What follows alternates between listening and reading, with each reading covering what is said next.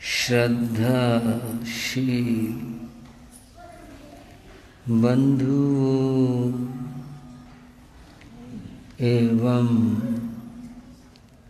श्रद्धाशील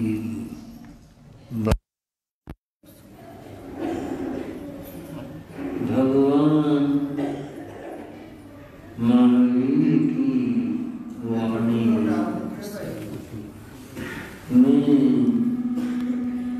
आपके सामने रख रहा था। भगवान महावीर ने मनुष्य को समझाने के लिए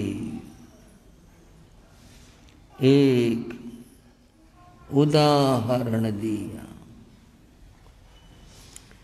उदाहरण बादल का दिया। बादल से क्या मतलब है ये हम समझने का प्रयास करेंगे। महावीर के वचन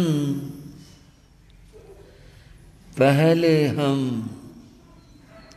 सामने रखते हैं। चौवीहा मेहा पणता, चार प्रकार के बादल होते हैं। वो चार प्रकार क्या हैं? एगे गज्जन्ति वासन्ति वा, ऐसे बादल जो गरजते हैं और बरसते भी। एगे गज्जन्ति नो वासन्ति, कुछ बादल ऐसे हैं जो गरजते हैं परंतु बरसते नहीं। आते हैं, छाते हैं, गरजते हैं, चले जाते, बारिश नहीं होती। तीसरे वे बादल हैं एगे नो गज्जन्ति, गरजते नहीं, बस बादल आए, गहराए, गर्जना कुछ नहीं। वासन्ति वा, लेकिन खूब बरसात हुई, खूब बरस करके गए, जल थल एक बना दिया। चौथे वो बादल हैं एगे नो गजन्ति नो वासन्ति वा, ऐसे बादल जो न तो गरजते हैं न बरसते,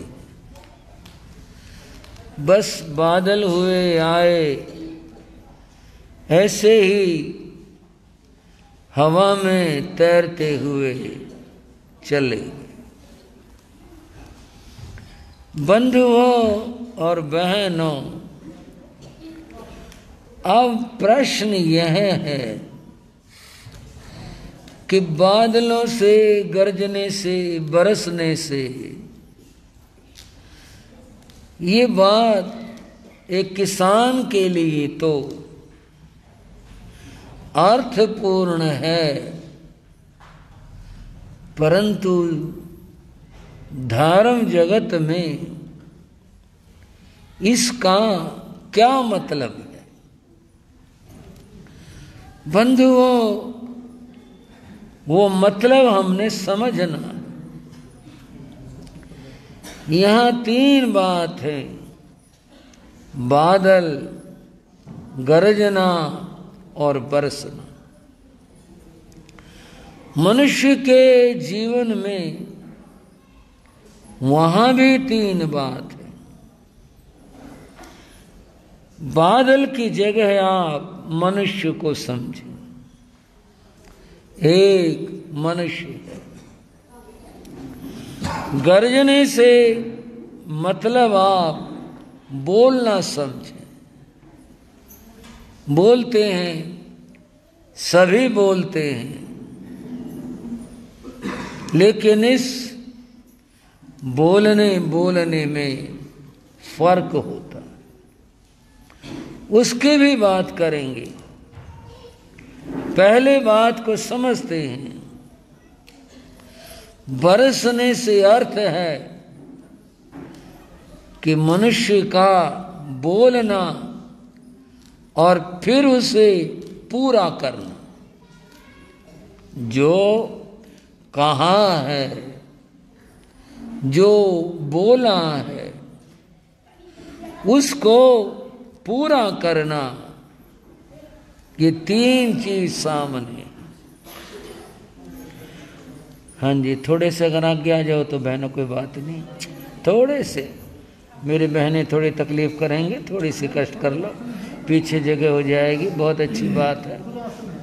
हाँ जी, आसन और दे दो इधर। हाँ जी, हाँ जी बहनों, बहुत बहुत आपको आशीर्वाद, धन्यवाद। आपकी रौनक देखकर तो बस ठाठ देखकर मन बड़ा प्रसन्न होता है। थोड़े हमारे भाई भी थोड़ी रौनक से और दिखाएं और ठाठ लगें। और बहनों का तो कमाल है, और आपकी रौनक और बढ़ती रहे, यही भावना। और थोड़े आ जाओ आगे को, इधर से। हाँ जी, हाँ जी, हाँ जी, आ जाओ जी। हाँ जी,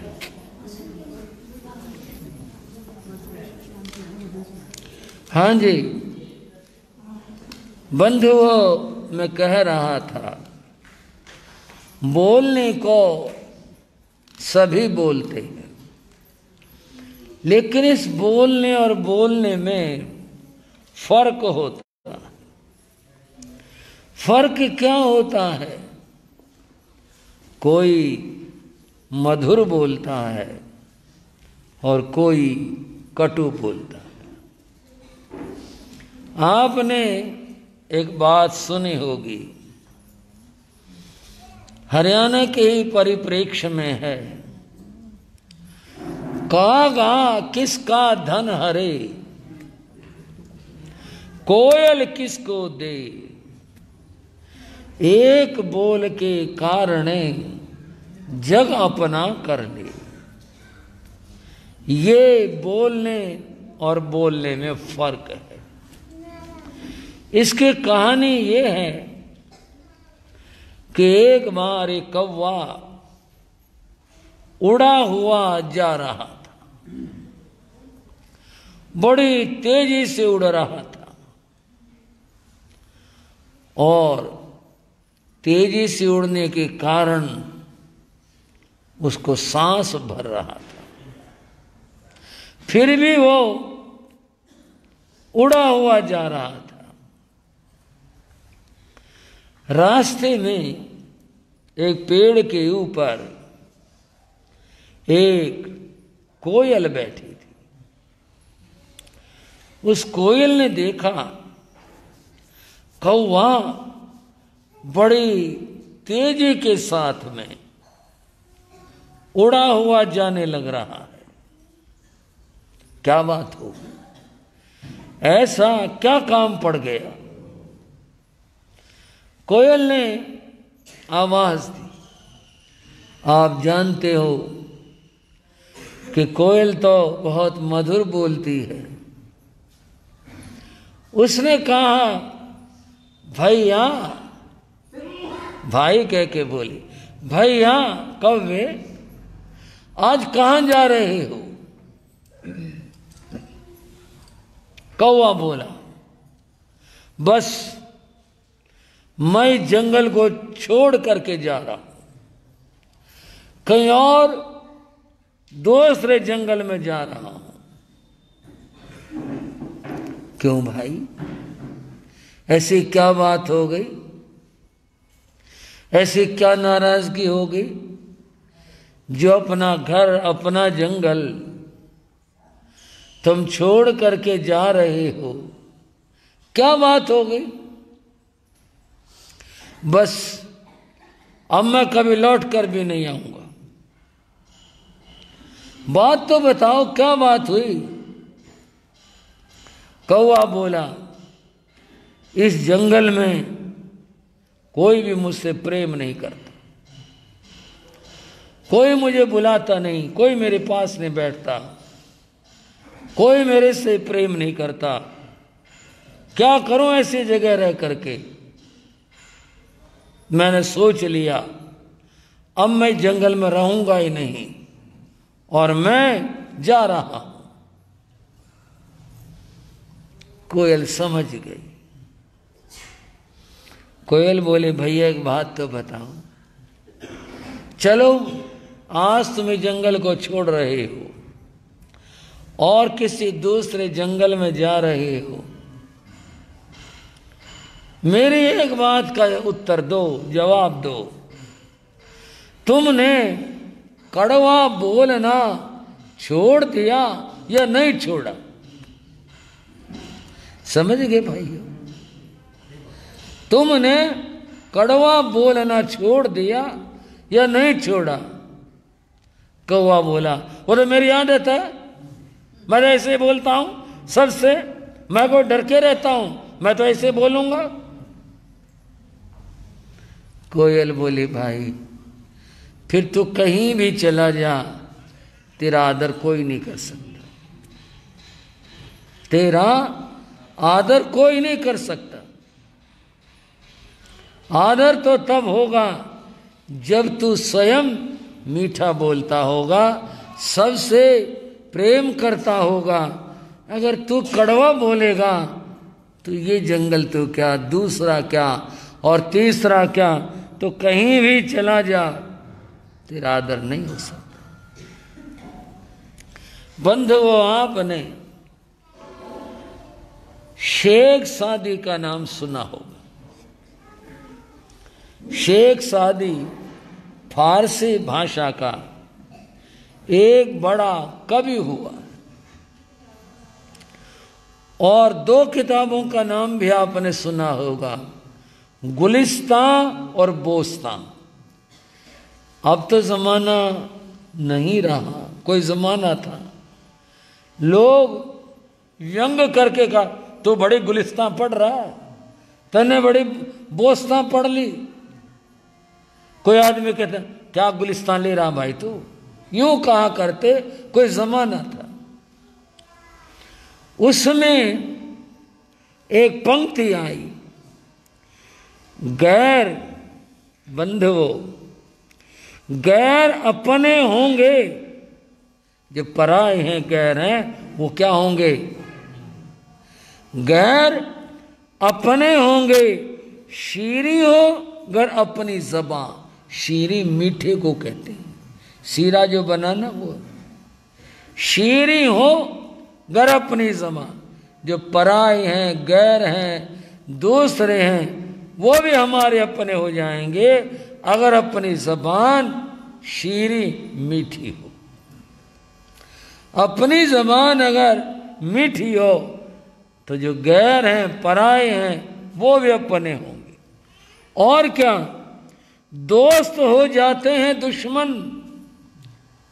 ये मैं गुलिस्तां की बात बता रहा हूं। दोस्त हो जाते हैं दुश्मन, तलख हो जिसकी ज़बान, तलख कहते हैं कड़वे को, जिसकी ज़बान कड़वी हो, उसके जो दोस्त हैं वो भी दुश्मन हो जाते। उसके पास कोई नहीं बैठता, उसके पास कोई नहीं आता, जिसकी ज़बान कड़वी हो और जिसकी जबान मीठी हो, पराए गैर दूसरे वो सब अपने हो जाते हैं अगर हमें मीठा बोलना आता। मैं बोलने की बात कह रहा था। बोलने को सब बोलते हैं, परंतु ये बोलना दो तरह का होता है। एक मधुर मीठा बोलना है और एक कड़वा बोलना है। जीवन को सुखी बनाना चाहते हो, अपने घर को, परिवार को, पड़ोस को, गांव, मिलने वाले सबके बारे में अगर आप ये सोचते हैं कि ये सारे के सारे मेरा आदर और सम्मान करें, तो तभी होगा कि जब हम मधुर बोलेंगे, मीठा बोलेंगे। और अगर कड़वा बोलेंगे तो बंधुओं फिर कोई नहीं अपना होता, फिर तो अपने भी पराये हो जाते। गुरु महाराज के सामने की बात, कुछ बात चल रही थी, कोई भाई ख्याल ना करिए, मैं तो बात सुना रहा हूँ शास्त्र की, कोई व्यंग नहीं, मैं तो बात बता रहा हूँ। एक किसी बुजुर्ग की बात चल पड़ी, बोले जी घर में बड़े गांधे पूछेगा, रकड़े सी मर रहे हो, को जीवा है के दे दो पानी का गिलास। बताओ भाई, जब ये वाणी बोलेंगे कड़े से मर रहे हो, क्या उम्मीद करें इस बात के वे ऐसे व्यक्ति की सेवा होगी, ऐसे व्यक्ति का परिवार ख्याल रखेगा जिसकी वाणी ये निकली, जिसकी आवाज ही आई। और अगर घर में घुसते आदमी मधुर वचन बोले, प्रिय वचन बोले, मेरे बेटे, मेरे पोते, मेरे फलाने, मेरे बच्चों, भाई कहाँ हो, आज आशीर्वाद ले लो भाई, तुम्हारा दादा आ गया, तुम्हारा पिता आ गया, तुम्हारा फला आ गया। बच्चे का दौड़ के नहीं आएंगे, आगे चिमटेंगे नहीं, बाबा, दादा, पिताजी, काका, किस तरह प्यार मिलेगा। पर वो तो मिलेगा तब जब खुद को बोलना आता हो। अगर हम कड़वा बोलेंगे, उम्मीद मत करना इस बात की कि कोई हमारे से, चाहे घर का हो और चाहे पड़ोस का हो, चाहे बाहर का हो, कोई हमारे को प्यार करे और हमारा कोई आदर और सत्कार करे, कभी नहीं। बोलना सीखो। आप कहोगे बोलना नहीं आता, मैं यही बात कह रहा हूं, भगवान महावीर की वाणी के द्वारा बोलना सीखो। कैसे सीखना है, इस जबान पर ध्यान दो, हम कैसे बोलते हैं। कभी भी कोई शब्द अपने मुख से कटु मत कहो, प्रेम से बोलो, प्यार से बोलो। सारी दुनिया आपकी होगी, हर कोई आपका होगा। रामायण की बात बताता हूं आपको। बंधुओं, श्री राम का विवाह हुआ। रामायण में तो बड़ा जिक्र है विवाह के बारे में, और तुलसी रामायण में तो बहुत वर्णन उस विवाह का। पर हम बात यहां से शुरू करते हैं। श्री राम का विवाह हुआ और वे सीता को लेकर अयोध्या आए, घर आए, महलों में आए।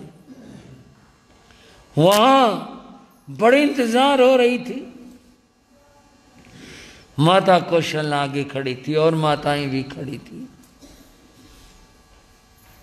सीता जी आगे थी, वो आई। राम हट गए बीच से।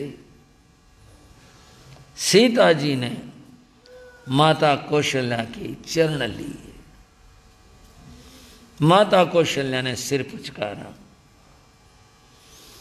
इसके बाद में कुछ गृहस्थों का रिवाज है, लेन देन का कुछ होता है। भाई नई बहू आई है, पहली बार उसने घर की देली पर पांव रखा है, तो रामायण में जिक्र है इस बात का कि भी उसने अपनी झोली करी और माता कौशल्या रत्नों के आभूषण उत्तम उत्तम श्रेष्ठ श्रेष्ठ अपने किसी बैग में थैले में लेके खड़ी थी। भला घर में बहू आई और इससे ज्यादा खुशी की बात घर के लिए क्या होगी। उसने मुट्ठी भरी उन मूल्यवान करोड़ों करोड़ों के जो आभूषण थे उनकी बाहर निकाली। सीता जी ने जो झोली करी थी वो समेट ली। क्या बात बेटी, इस शुभ घड़ी में क्या तुम अपनी सासू मां से उपहार नहीं लोगी? सीता जी हाथ जोड़ के बोली, माता जी उपहार लूंगी, परंतु मुंह मांगा उपहार लूंगी। लो जी भाइयों बहनों, ये तो और मामला फंस गया। क्या मांगेगी क्या पता। किसी ने कहा मैं तो मुंह मांगा लूंगी। भाई हो कोई कहा मैं तो मुंह मांगा लूंगा जी। अब ये तो देने वाले को भी सोचना पड़ेगा कि अगर वो कह दे ठीक है बोलो क्या चाहिए, वो क्या मांग ले, कुछ पता है। सीता जी ने कहा मैं तो मुंह मांगा लूंगी। पर मां भी ऐसी थी कौशल्या। उसने कहा बेटी बोलो आपको क्या चाहिए, जो कहोगी वो मैं दूंगी। अब तो बात खुशी की होगी। सीता जी ने क्या मांगा वो सुनने की बात है।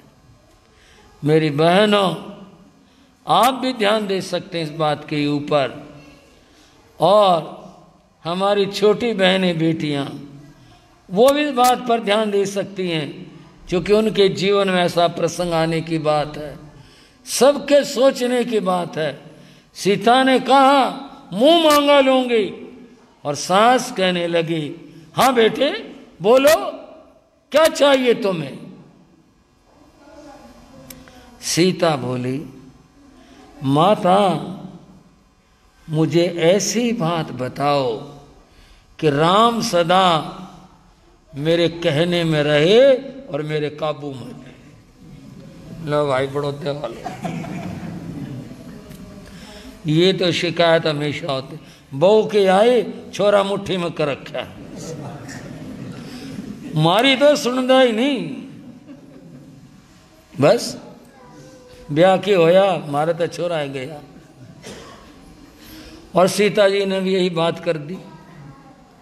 आते ही ये बात कह दे, ऐसी बात बताओ, ऐसा मंत्र बताओ, ऐसा कुछ बताओ कि राम सदा मेरे कहने में रहे, यूं कह लूं समझाने के लिए मेरी मुट्ठी में रहे, ऐसी बात बताओ। हम बताओगे अगर वो कुछ, अगर उसके पास कौशल्या के पास ऐसा कोई मंत्र और उसे दे दे, छोरा तो गया फिर उससे, तो फिर वो क्या करेगी बेटे को बताओ। ना बताए तो वचन का सवाल होगा। कह दिया कि जो तो मांगेगे वो मैं दूंगी, कह दिया और उसने मांग लिया। अब तो बात पूरा करने की है। भाइयों रामायण का वो प्रसंग बड़ा अद्भुत है। जहां ये जिक्र, जहां का मैं सुनाने लग रहा हूं, जहां का मैं बताने लग रहा हूं, कौशल्या ने कहा बेटी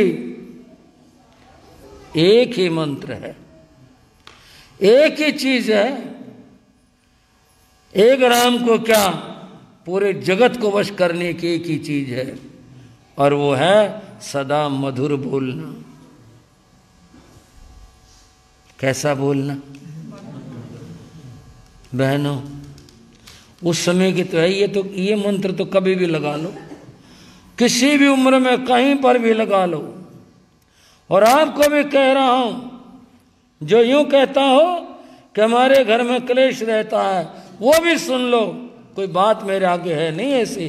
कभी आप सोचो कोई बात कह रहे हो, मैं आपको महावीर का ज्ञान देने लग रहा हूं, उनकी बात बताने लग रहा हूं, बादल और वाणी और बरसने की बात बताने जा रहा हूं, उसके बीच में ये बात सुनाने लग रहा हूं। तब उन्होंने कहा कि मधुर वचन मधुर बोलना, एक राम क्या सारा जगत तेरे वश में होगा। ये मंत्र माता कौशल्या ने दिया।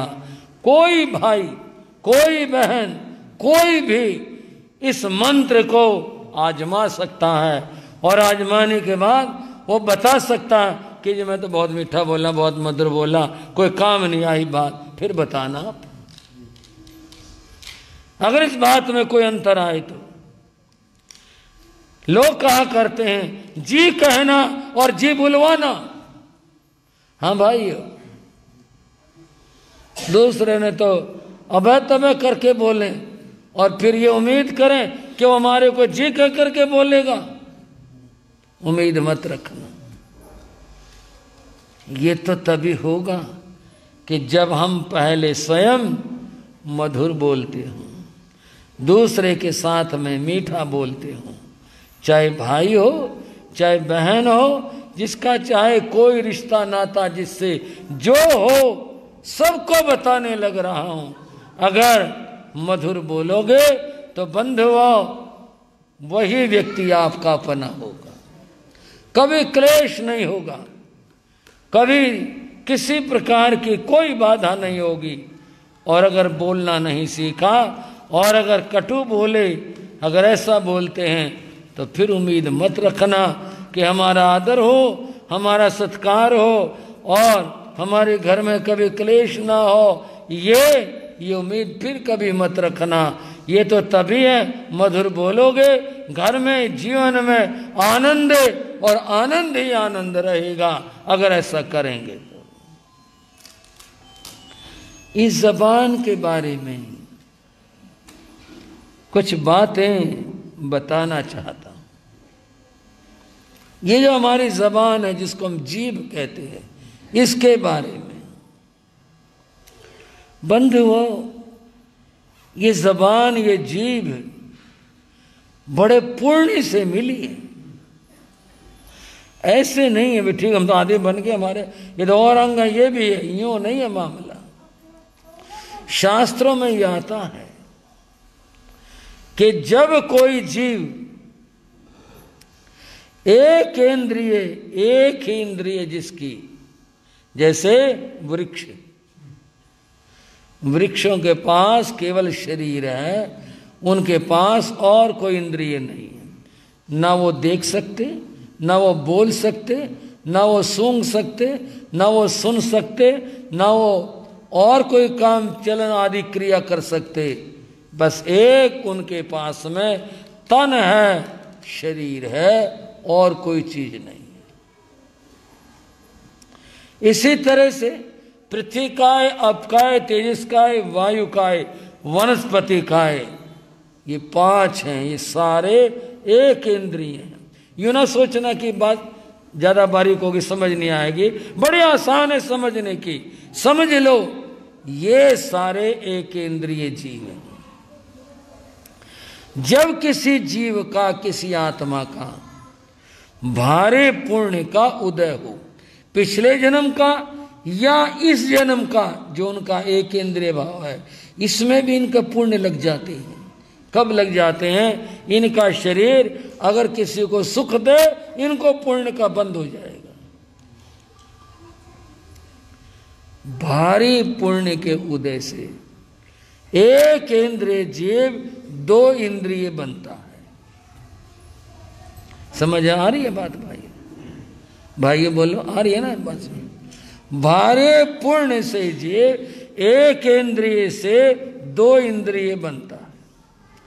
जब दो इंद्रिय बनेगा तो दूसरी इंद्रिय उसको जीभ मिलेगी। ये नहीं फिर शरीर के बाद आंखें आ जाएं, नंबर से आएगा मामला। एक इंद्रिय के बाद में उसको जो इंद्रिय मिलेगी पुण्य से वो जीभ मिलेगी, 2 इंद्रिय हो जाएगा। 2 इंद्रिय बनते ही 2 काम होंगे। एक तो वो चलने लगेगा, उसका शरीर ऐसा बनेगा कि वो गति त्रस्त हो जाएगा, चलने लगेगा, चाहे छोटा मोटा कैसा भी हो, कुछ हो, वो चलने लगेगा। एक बात। दूसरी बात, मुंह से खाने लगेगा। वृक्षों में पास मुंह तो होता नहीं, जड़ों से पानी पीते हैं, उस पानी के अंदर ही मिट्टी के और के जो उन्हें आहार चाहिए वो कण आ जाते हैं, उनसे उनका पोषण होता है। लेकिन 2 इंद्रिय जी मुंह से खाने लगता है। और तीसरी बात और भी है, वो बोलने लगता है, चाहे ची करे, चाहे मी करे, चाहे कुछ करे, वह बोलने लगता है। एक बार यही बात का जिक्र चल रहा था, एक भाई ने बोला जी कीड़ी कैसे बोल रहे जरा बताना जी। क्यों? चलने फिरने वाले कीड़ी तो जो है 3 इंद्रिय जीव होते हैं, वो तो जो है चलते हैं फिरते हैं और मुंह से खाते हैं। यहाँ तक तो बात हो गई और कहने लगा ये बताना कैसे बोलने। बंधुओं, बोलते 2 इंद्रिय चीज जिसको जीव मिल गए वह बोलना शुरू करेगा। वो कितना मंद बोले, ची करे, मी करे, क्या करे, ये बात ज्ञानियों की है, परंतु ज्ञानियों के बताई हुई ये बात है कि वो बोलने लगता है। 2 इंद्रिय के लिए माना उसका बड़ा भारी पुण्य, जो 1 इंद्रिय से 2 इंद्रिय बन गया। कितनी बात हो गई।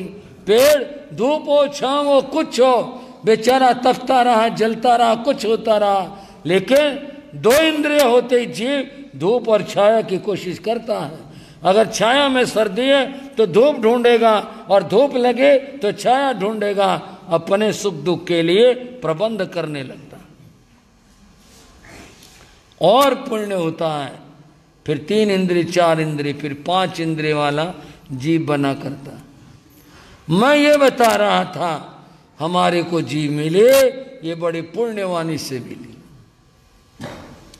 अब और इस जीव की बात, मनुष्य अपने शरीर के ऊपर ध्यान दे, जिसे यूं कहते हैं ना भाई, एडी से लेकर चोटी तक सारे शरीर पर ध्यान दे, कहीं कहीं भी छू ले, दबा ले, सब जगह अंदर हड्डी मिलेगी। ठीक है ना भाई? श्राव को बोलो है नहीं सारी जगह, कहीं टटोल लो, हर जगह पर क्या है? हड्डी कठोर होती है, हड्डी मुड़ती नहीं। जोड़ पर जो मुड़ता है वो जोड़ की वजह से मुड़ता है, हड्डी नहीं मुड़ती कहीं से भी। हड्डी कठोर होती है, हड्डी मुड़ती नहीं है। सारे शरीर में हड्डी होती है, लेकिन एक जीव ऐसी है जिसमें हड्डी नहीं होती। क्या शिक्षा मिलती है कि परमात्मा को कहूं या देह की विशेषता कहूं, ये बात परमात्मा को भी स्वीकार नहीं कि व्यक्ति कठोर बोले, क्योंकि अगर इसमें हड्डी होते तो कठोरता की बात होती। ये तो परम सुकोमल होती है, अत्यंत कोमल होती है। भला कोमल जीव से और कठोर बोला जाए, कितनी विपरीत बात है ये, और कितनी विरोधी बात है ये। व्यक्ति को हमेशा मधुर बोलना चाहिए, हमेशा कोमल बोलना चाहिए। और भाइयों, ये जीव की बात बताने लग रहा हूं। शरीर पर मैल जम जाए, धूल मिट्टी लग जाए, कुछ हो जाए तो लोग स्नान करते हैं और शरीर को साफ करते हैं। ये तो आम बात है, सब जानते, हाँ जी ठीक बात है, शरीर को साफ करते हैं। कमाल जीव का है, और वो क्या कमाल है कि जीव को हमारी मां ने दूध से धोया था। और है कोई शरीर का ऐसा हिस्सा जिसको दूध से धोया हो? यूं चाहे किसी का मौजो बाल्टी डाल ले, ये बात और है, लेकिन मां ने सबसे पहले इस जीव को दूध से धोया था। और दूध से धुली हुई इस जबान से कोई गाली दे, कोई कठोर बोले, कोई बुरा उच्चारण करे, तो माँ के दूध को लजाता है वो आदमी जो जीभ से गलत बोलता है। सदैव मधुर बोलना चाहिए, सदैव प्रिय बोलना चाहिए। इससे ही बंधुओं मनुष्य की महत्ता है। कहा भी है, प्रिय वाक्य प्रदाने ने तुष्यंती सर्व जंतव है। प्रिय वाक्य से, मधुर बोलने से सारे जीवों को, सबको प्यारा लगता है और संतुष्टि मिलती है। किसी से भी, कहीं भी और कैसे भी बोले, अगर मधुर बोलेंगे तो सबको अच्छा लगेगा, सबको प्रिय लगेगा। इस मधुरता की ऐसी विशेषता है।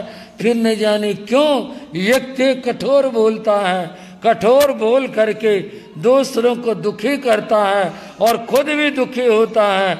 अगर व्यक्ति मधुर बोले, कितना अच्छा और कितना सुंदर। कठोर बोल करके बंधुओं सारे काम बिगड़ जाते। कठोर बोल करके कोई काम संवरता नहीं है, बिगड़ते हैं। और मधुर बोल करके बिगड़े से बिगड़ी बात, बिगड़ा हुआ काम, उलझी हुई बात मधुर बोल करके सारी की सारी ठीक हो जाती हैं। इतनी बड़ी विशेषता इस जीव के अंदर और इस वाणी के अंदर रही हुई है। अतएव सदैव मधुर बोलना चाहिए। लाओ से नाम का एक दार्शनिक हुआ। लाओ से चीन का रहने वाला था। चीन में लाओ से का बहुत नाम है, बहुत नाम है। लाओ से की किताब है एक, ताओ ते किंग, चाइनीज भाषा की। उसका हिंदी में भी, अंग्रेजी में भी, दुनिया की बहुत सारी भाषाओं में उसका अनुवाद हुआ है, ताओ ते किंग का। बंधुओं, एक बार कुछ विद्यार्थी लाओ से के पास आए। लाओ से बहुत बूढ़ा हो चुका था, वह लेटा हुआ था। विद्यार्थी आए, नमस्कार किया, पास में बैठ गए और बोले अपनी भाषा, उनकी अपनी। उसका भाव ये, बाबा हम आपके पास में आए हैं, हमारे को कुछ ज्ञान दो, कुछ शिक्षा दो। लाओ से बोला, अच्छा बच्चों, तो मेरे पास आए हो, शिक्षा लेने के लिए आए हो, पहले मेरा एक काम कर दो, उसके बाद मैं तुम्हारे को कुछ शिक्षा दूंगा। उन विद्यार्थियों ने कहा, बोले बाबा क्या काम है? हो सकता है पानी मांगते हो सकता है कोई और काम हो, कुछ बोले। उन्होंने कहा, बोले बाबा क्या काम है? लाओ से बोला, मेरे पास आओ, नजदीक आओ। बच्चे नजदीक आ गए। लाओ से ने कहा, एक बार मेरे दांत गिन दो, मेरे मुंह में कितने दांत हैं ये गिन दो। और ये कहकर उसने मुंह खोल दिया।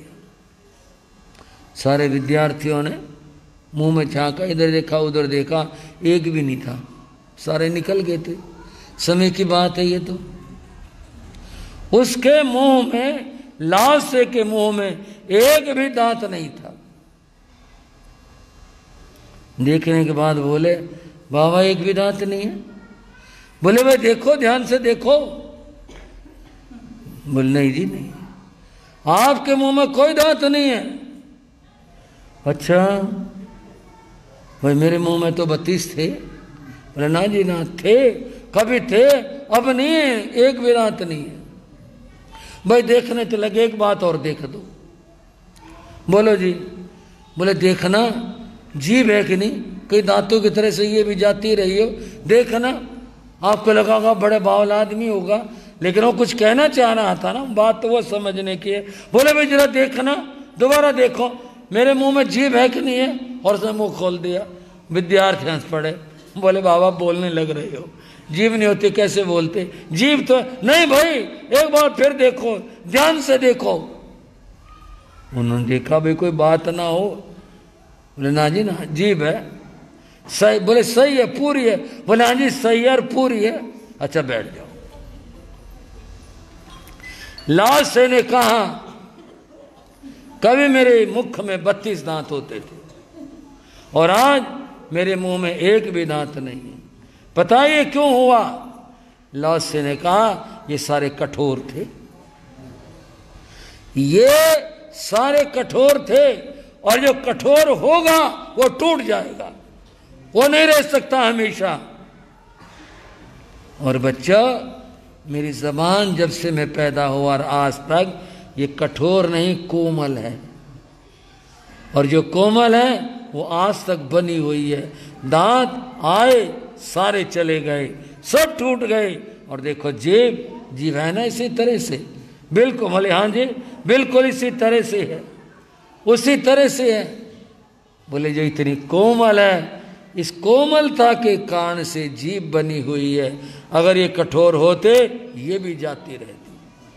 अब तुमने कहा मुझे कि कोई शिक्षा दो, शिक्षा ये है कोमल जीभ से कभी कठोर मत बोलना, ये बात याद रखने की है, कोमल जीभ से कभी कठोर नहीं बोलना। बंधुओं महावीर की वाणी की बात बता रहा हूँ, बादल के गरजने की बात वो अभी अधूरी है, वो मैंने बतानी है आगे कि महावीर क्या कहते हैं। अभी तो मैंने ये बताया बादल गरजता है, मनुष्य बोलता है, उसका जो बोलना है 2 प्रकार का है, एक कटु बोलना है और एक कोमल मधुर बोलना है। मधुर बोलना सीखो, मधुर बोलने का अभ्यास करो, हर किसी के साथ प्रेम और प्यार से बोलो, यही प्रभु महावीर की शिक्षा है और यही गुरु माया राम की शिक्षा है। उन परम गुरु को नमन करते ही चत्तारी मंगलम अरिहंता मंगलम सिद्धा मंगलम साहू मंगलम केवली प्रणतो धम्मो मंगलम चत्तारी रोगोत्तमा अरिहंता रोगोत्तमा सिद्धा रोगोत्तमा साहू रोगोत्तमा केवली प्रणतो धम्मो रोगोत्तमो चत्तारी शरणं प्रवज्यामि अरिहन्ते शरणं प्रवज्यामि सिद्धे शरणं प्रवज्यामि साहू शरणं प्रवज्यामि केवली प्रणतं धम्मं शरणं प्रवज्यामि। ये 4 शरण और न शरण कोई, जो भव प्राणी करे आचरण, उसका अजर अमर, उसका सदा ही मंगल।